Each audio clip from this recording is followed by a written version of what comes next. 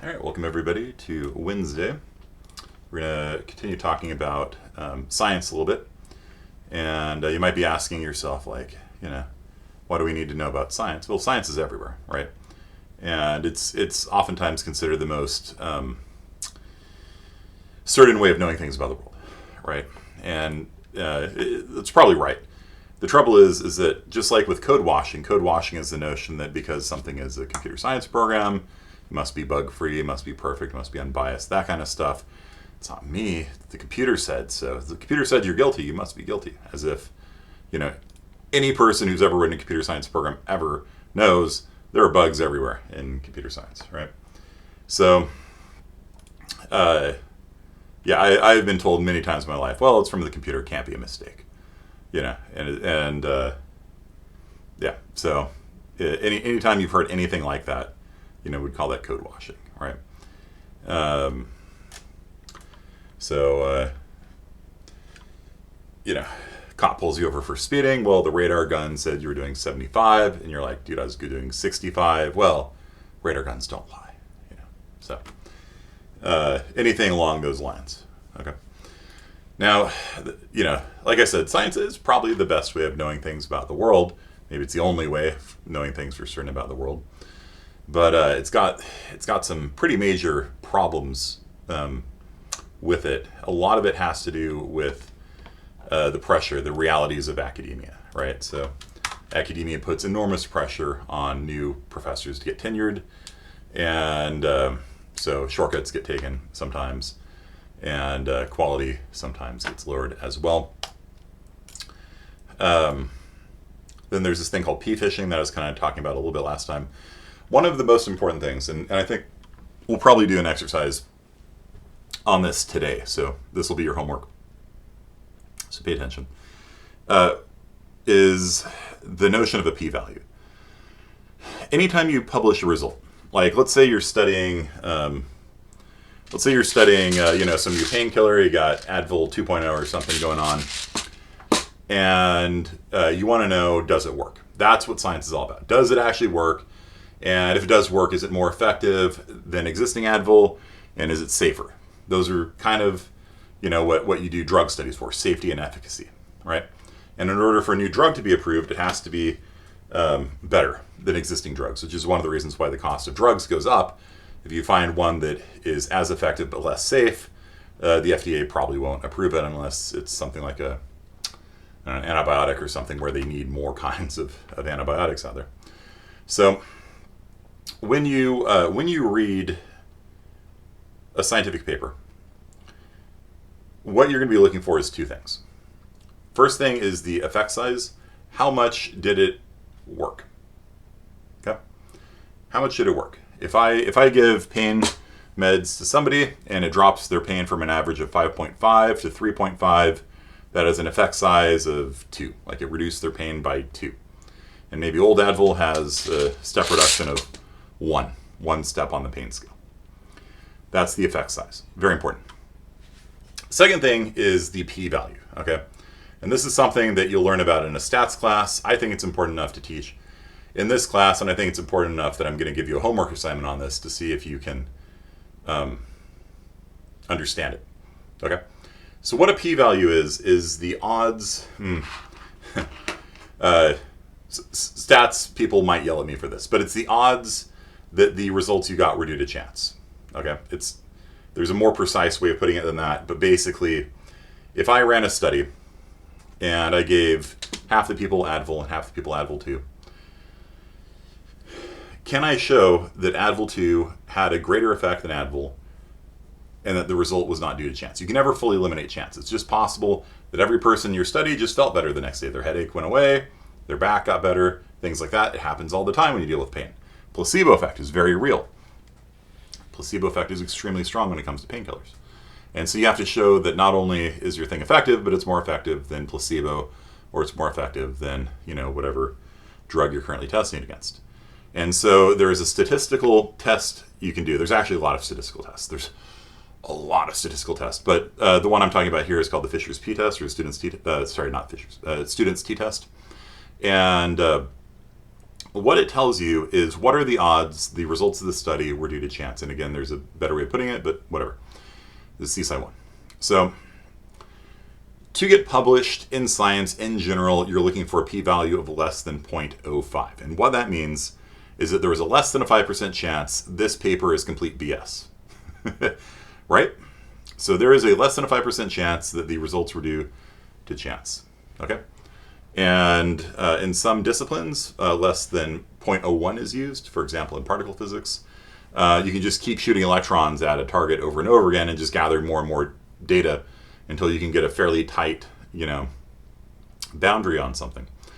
With people with drug trials are very expensive. They're very expensive to run a drug trial. And so a lot of times you just don't have the numbers to get that thing tighter than 0.05, but that's typically the threshold used in publications. If you're at like 0.06, like sometimes they'll let it slide or something like that, but in general, that's considered the cutoff for significance. So if you say this study had a statistically significant finding, what you're saying in general is that there's a less than a 5% chance that these numbers are just wrong.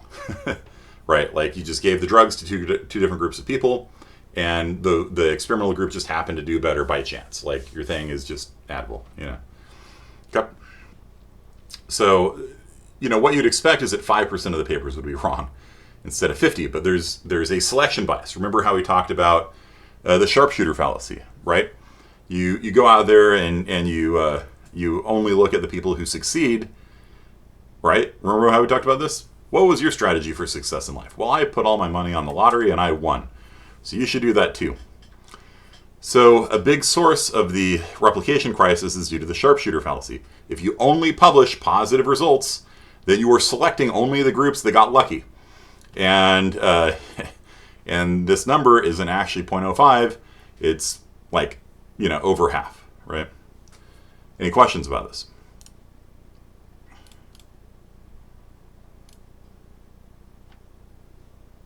You're gonna have to be looking. Your homework assignment is going to be looking for p-values in scientific journal papers. It's surprisingly hard. Not journals, like journalism, like science journalism. If you want a really good book to read, there's a book called Lies, Damned Lies, and Statistics. This book right here, it's one of my favorite books ever. Or sorry, not that one. This one, How to Lie with Statistics. Fantastic book. And How to Lie with Statistics is about, see, that was a lie.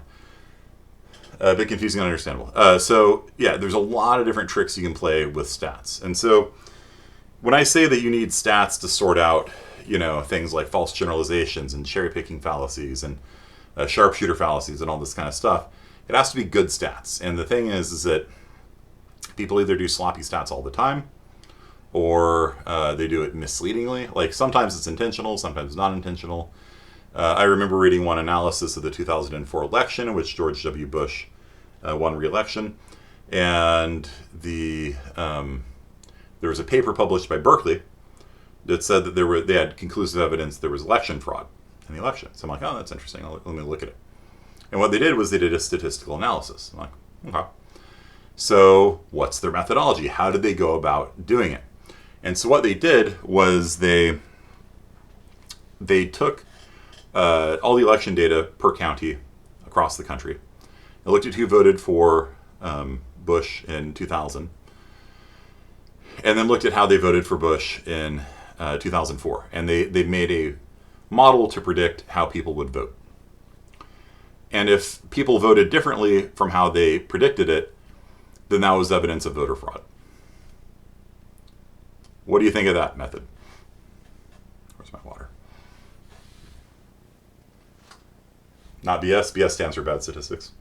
So the Berkeley people looked at the 2000 results, predicted how the 2004 election would go, and when they were wrong, deduced from this that it was election fraud. It's the only possible reason.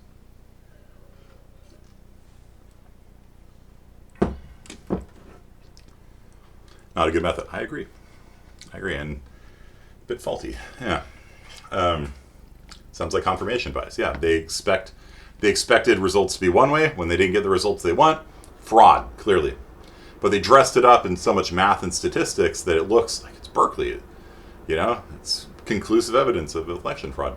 And I actually ran through some of their numbers, and they did a linear regression, and that means you kind of take a cloud of points.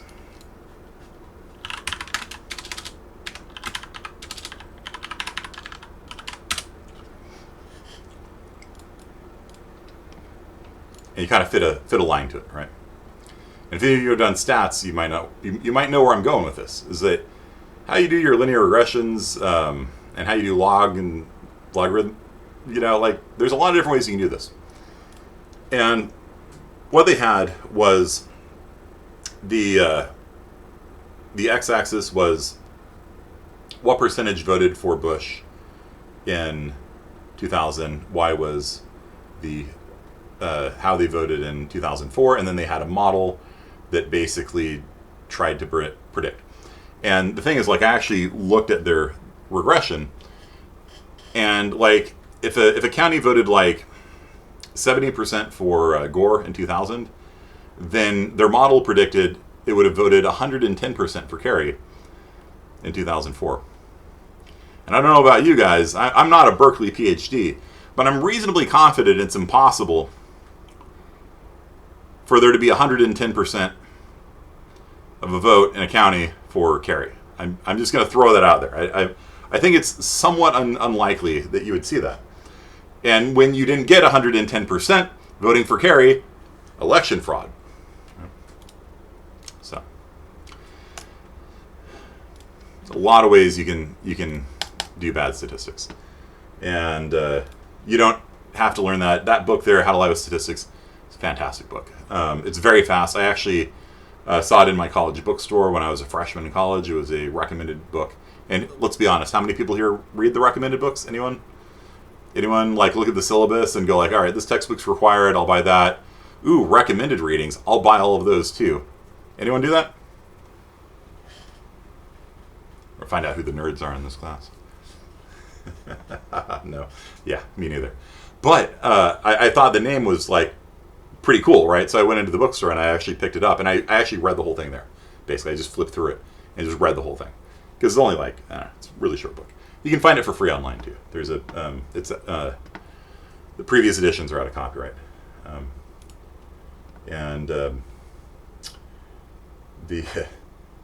It's pretty good.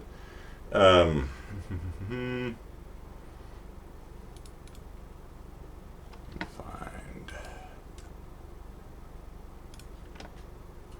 There we go. Next one, actually. No. It says Fernando. Just no. Okay. So manufacturing. So on this topic of media, because that's kind of where we're going to transition into. I'm not a fan of science journalism in particular. I know some people say they're doing their best, but in my opinion, they're not. And so I'm going to be talking mostly about science journalism. So to continue our previous discussion, and also because that's what your homework assignment's going to be. You're going to have to go to science journalism websites and find 2 stories that have effect size and p-values. That's it. That's your entire homework assignment. You're going to report on Canvas what the effect size was, what the p-value was. Simple. Okay. And let me give you an example of that. Science Daily. Let's go to the latest in research news. All right. So, submerged permafrost thawing holes in seafloor, how meditation can help you make fewer mistakes. Flatelates may increase children's cancer risk. More efficient ways of capturing carbon. Invisible cloak for bacteria to deliver drugs to tumors. You don't have a story they're interested in? Want me to click on? Closing the blinds during sleep. Blowing bubbles in dough to bake perfect yeast-free pizza. Anyone have a favorite? Researchers control your brain from a distance using infrared light. Yeah, sure, let's look at that. Okay, imagine the brain is a giant switchboard covered with thousands of buttons, knobs, dials, and levers. For more than a century, they've been methodically flipping them on and off to see how it works. And so what they're doing is probably implanting some sensors and turning off in response to different colors light. That's cool. Yeah, they have light out up to, yeah, that's been around for a while. So let's see, do they have an effect size and do they have a p-value? Nope. Okay. Anyone else have a favorite story? How about meditation to help you make fewer mistakes? All right. So if I'm reading a science article on how meditation helps you make fewer mistakes, I want to know how much fewer. That's the effect size. Okay. So there's two things that I look for when reading a science paper. The effect size. How many fewer mistakes does it help me make? Do you all understand this? That's the effect size. A lot of people didn't get that last time when I did this last semester. The effect size is how big is the effect? You know, if it tells you it makes fewer mistakes, is the effect size like 1%, 10%, 50%? How many fewer mistakes do you actually make? Okay, so that's one. The other thing is the p-value. How certain are you? How significant is the finding? Do you have a control group, experimental group? You had some meditate, some not meditate. And can you tell me these results were not due to chance? Probably. People on Discord understand this? Like, you're really quiet today, so talk more. I didn't even realize there are recommended books. Yeah. They'll say, hey, if you're interested, read this. No, it never does. To be fair, though, in my Japanese class, the recommended book, lifesaver. So this book here is the workbook. Recommended, not required. Okay. And the audio book at the back of it were the audio files that she used for her listening exams. And so if you prepped using the workbook, you could actually, you would be ready for the test. And she didn't tell you that. She would just give you these listening tests. She'd play some dialogue, right? Translate it. But if you had the workbook, you're like, I know exactly what that's about. That's about a real estate agent showing off a house or something. Okay, makes sense. All right. You guys are quiet. Need some coffee. If you're forgetful or make mistakes when in a hurry, the largest of its kind. So if it's the largest of its kind, it's probably going to have a good significance. The more people you have in the study, the more significant the results you tend to get. Tend to get. Found that it could help you become less error prone. Okay? This research tested out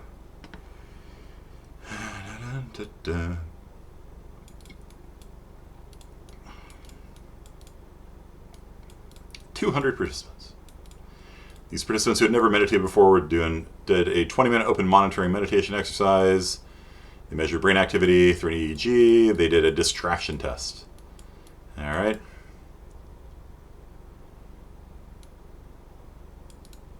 While the meditators didn't have immediate improvements to actual task performance, so the effect size was 0, they offer a promising window. Okay. All right, so let's see. The EEG can measure brain activity at the millisecond level. So you have precise measures of neural activity right after mistakes compared to correct responses. So a neural signal occurs about half a second after an error, called the error positivity. We found the strength of the signal is increased in the mediators relative to controls. How strong? Doesn't say. Doesn't say. How strong? Doesn't say.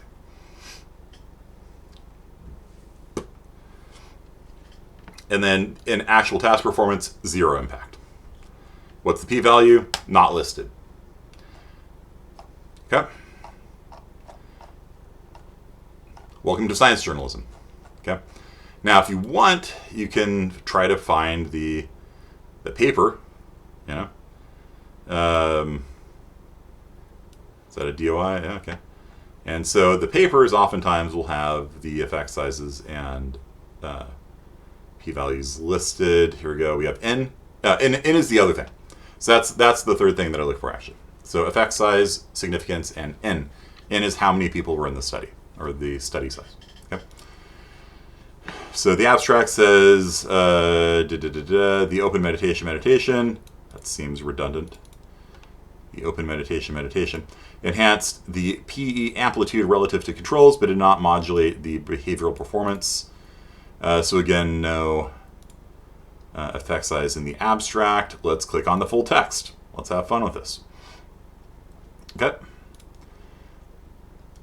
here's the full text. Scroll down. Let's look at the method. Don't care, don't care. I mean, I do care, but let's look at the results. Okay, here we go.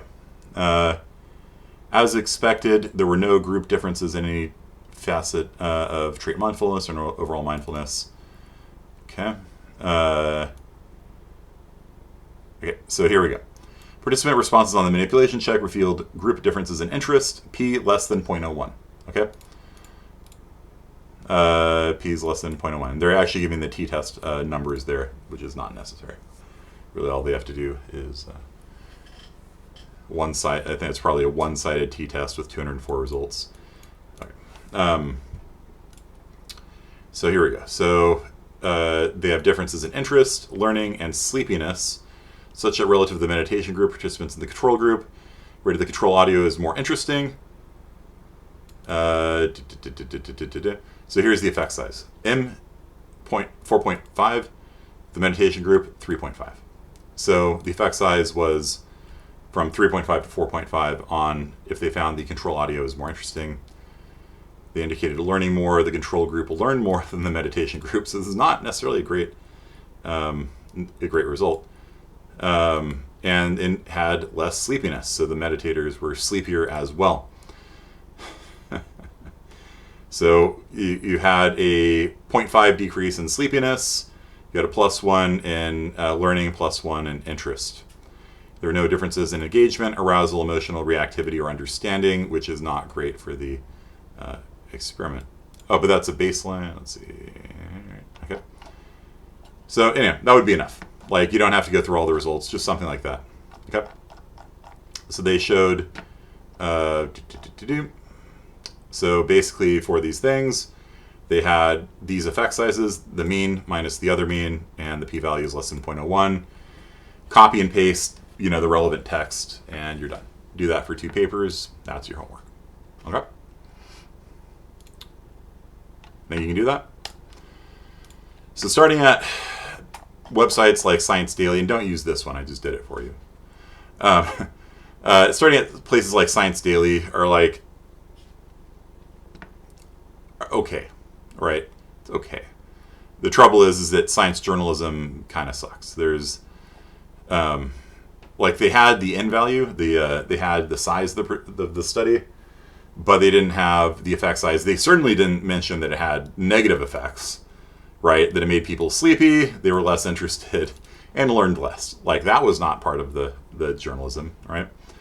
Although they did mention that it didn't offer any actual improvements in task performance. So, from this you could say 0 effect size. You don't have a p-value though; it's not good enough.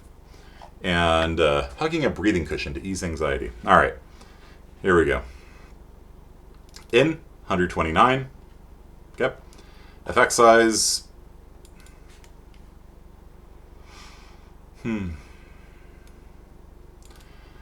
They found that students who used the device were less anxious than those who did not.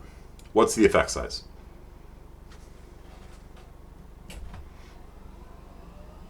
Effect size is, trust me, bro, precisely. This is not good science journalism.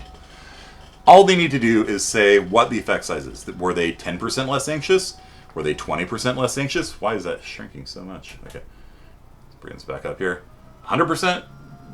Like, how much less anxious? All they have to do is give a percentage. That's good enough for me, And then they just need to say, the p-value. P is less than 0.05. All right, done. That's all you have to do. That's all you have to do, science journalists, and they're not doing it, by and large. For some reason, like, they think that just being, like, less anxious. They compared the breathing cushion to guided meditation, found both were equally effective. Well, how effective? Okay, so let's see if we can find the paper for that one. Cookie preferences, whatever. Okay, anxiety disorders affect 1/3 of people during their lifetimes. Mixed design experiment, N is 125. They don't have any other numbers in the abstract. Data availability is here. Okay, they got the full paper. That's good. I hate it when they paywall research. It's horrible. Interactions with pets. Okay, so they're prototype development.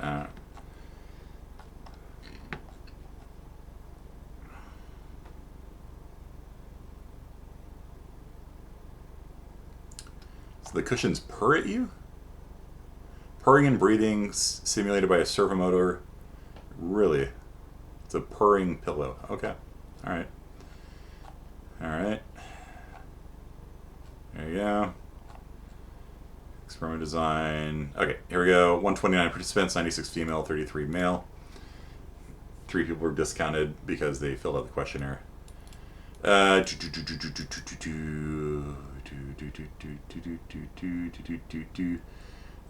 power was pretty good. They could detect an effect size as small as 0.04. See the use of effect size there? Good for you. Participants were in the age range. Okay, who cares? Control, sit and do nothing. All right, give their mobile phones away. All right, great control. All right. They then did meditation 4 for one of the experimental groups, and then the other experimental group, or maybe you can consider that a control. Sometimes sometimes your control is doing nothing. Sometimes is doing some similar thing, like Advil 1 versus Advil 2. Depends on the design of your experiment. They're asked. Okay. Okay. So they divide them into 3 groups: control, meditation group, cushion group. Anxiety-inducing stimulus. They were brought together for an anxiety-inducing event in the form of a verbal mathematics test. Yeah.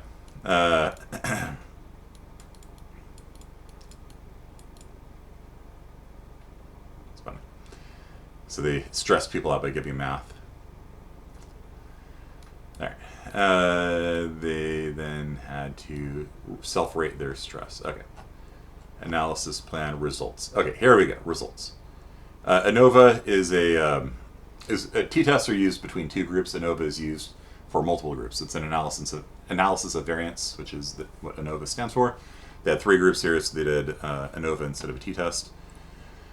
And what we got here, no. So at the baseline, there was no difference because it hadn't started yet. And then let's see if we can just pull this up here. So at time 2, calming cushion. What's at time 3? Looks like meditation, calming cushion, control. Okay. Let's see, what is, okay. Baseline, 2 is post-intervention. What is T3? Intervention, post-test, pre-intervention. Okay. So T1 is baseline. They then did the relaxation. They then stressed them out and then did the relaxation, I guess, is what is going on here. So it relaxes them from normal and it relaxes them when they get stressed out by math. And here you see they got more stress. That's interesting. By just sitting around without their cell phones, I guess. Stresses them out. They get stressed out by math, and then, interesting, I'm not really seeing like much of a difference here for the control group. And so that's what we need the stats for. Okay, so let's look at second interventions at time T4 did not produce a significant difference in anxiety. Ha! See, doesn't work. Okay, interesting. So what they're saying is that the things are effective because hugging a cushion or meditating will calm you from baseline. But whereas if you just sit in a room by yourself with no cell phone, it doesn't. Okay. It's not what the headline said, science journalist. If I'm reading this right, make sure. Okay. Participants filled out a questionnaire. They gave them a baseline. Okay.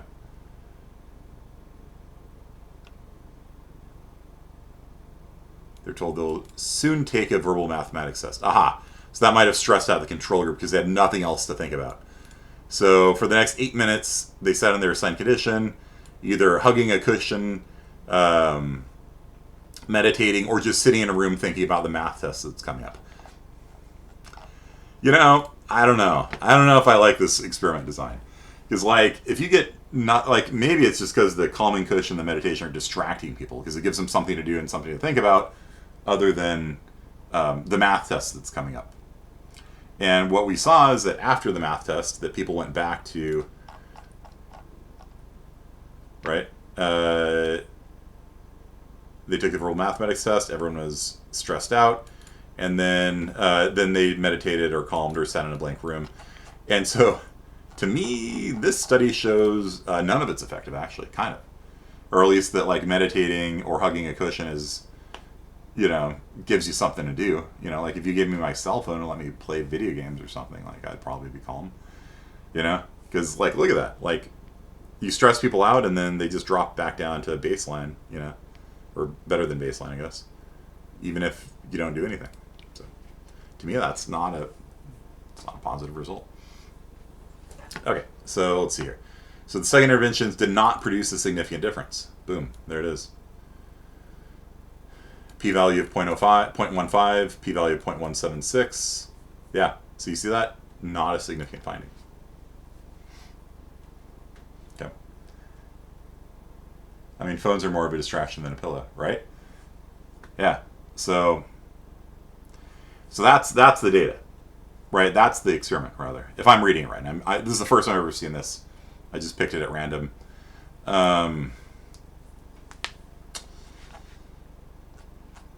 Discussion. We have demonstrated through an empirical evaluation the anxiety-reducing effect of a breathing cushion device when they're anticipating a test. It doesn't work after they've taken the test, but before. Before you get stressed out, it'll calm you down. It's not useful. It's not useful. I want you want things that'll calm you down after you're stressed out, not before. Maybe. I mean, I don't know. Like, I don't know. Like, maybe if they just given people their cell phone. I don't know. They found it to have pleasant and calming. Okay. Holding it reduces it. Or the second intervention did not produce the same effect. At this time, there was no difference between the conditions. It appears a significant reduction. Having completed the mathematics test, calm people down. Now that it's over, I'm calm. This indicates that the cushion and meditation may only be effective at anticipatory anxiety. Which, I mean, a lot of times, like, you got a lawsuit coming up or something, you get stressed out. Yeah, maybe. But, just putting people into an empty room with no paintings on the walls and telling them to sit there for 10 minutes, like, I don't know, I can see that stressing people out more than, anything. Okay, so coming back up here, the science journalist, of course, says, hugging a breathing cushion to ease anxiety. Novel device shows promise in reducing anxiety for stressed students. No, actually it doesn't. The stressed students were not calmed at all, any more than control. So this is bad science journalism, which is unfortunately common. Some researchers have developed a huggable device that mechanically simulates breathing, and preliminary evidence suggests preliminary evidence. It's a nice way of putting it. It suggests it could help reduce students' pre-test anxiety. Okay, so that's a little more accurate. Pre-test anxiety, not post-test anxiety.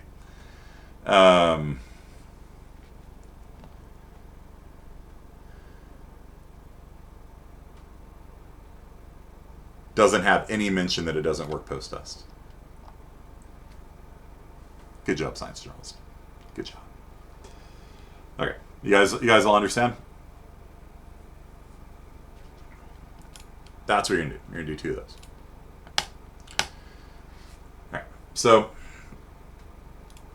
that is your next homework assignment, and I just had some bookmark on this topic here about humans being story-based creatures.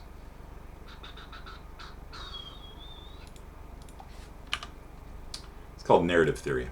Okay. So narrative theory, this is actually a study that came out like today, so I haven't really gone through it yet. But basically or at least I read it today. I don't know when it actually came out. What they found was that the creativity is kind of something that everybody likes to have, right? But we've never really had a good grasp on like how to cultivate creativity and things like that. Like we have people do art and things like that. And so the research that came out today, or at least I saw today, shows that telling storytelling is actually excellent for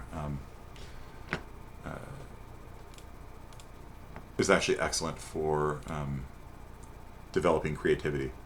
And man, So that was a kind of interesting thing. Okay. So yeah, for thousands of years, humanity passed down stories through orally, right? Like you just sit around the campfire, tell a story of your ancestors, things like that, and they would tell it on to their kids and things like that.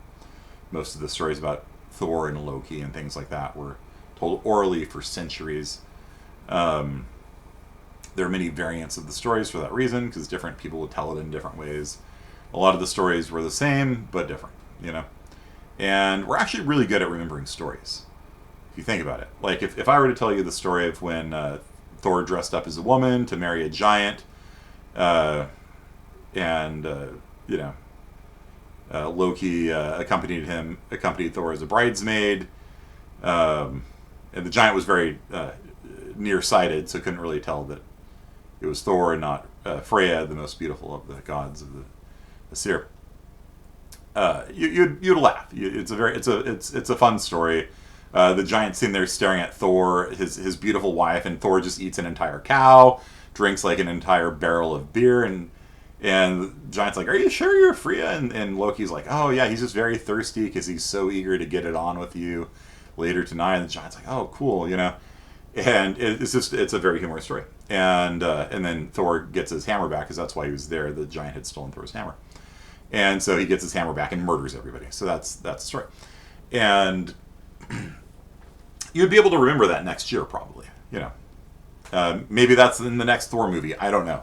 That one's going to be coming out at some point, But yeah, it's there's actually a lot of really good Thor and Loki stories, And you don't really need to study it, right? Like you don't have to be like, all right, first Thor's hammer was stolen. Okay, you write that down, make a flashcard.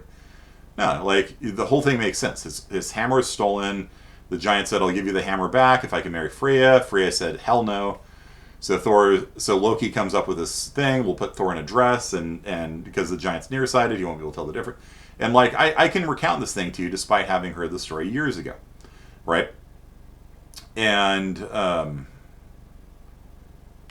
I don't need to do flashcards. All these things that I'm doing for Japanese, where I have flashcards, I have what are called graded readers, where you read a thing and translate it, and vocab lists and all this stuff. It just feels like being punched in the face. Like, it's really hard for humans to memorize things, but not stories. Stories are really easy to memorize.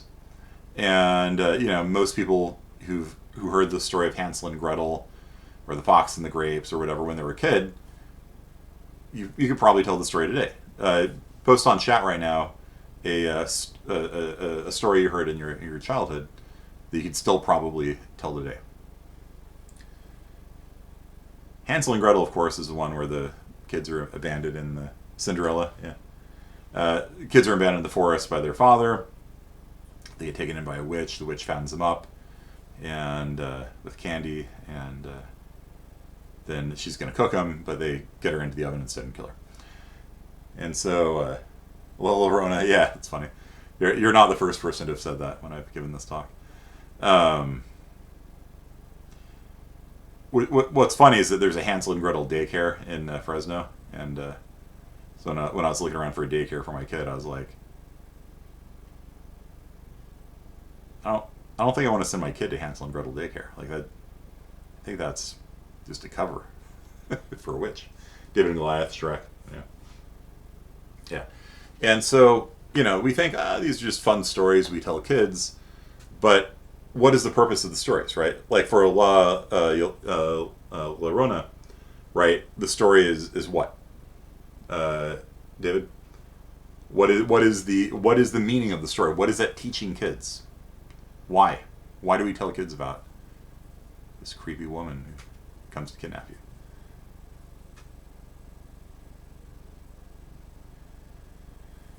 You're not sure how to respond to the peer reviews. Yeah. Yeah, you can just click on the discussion and then see who responded to you. Because it's a story? No, but what's the purpose of the story? Why do we tell kids about La Llorona? What's the meaning? What are we cautioning them about? To instill fear? Okay, yeah. Of what?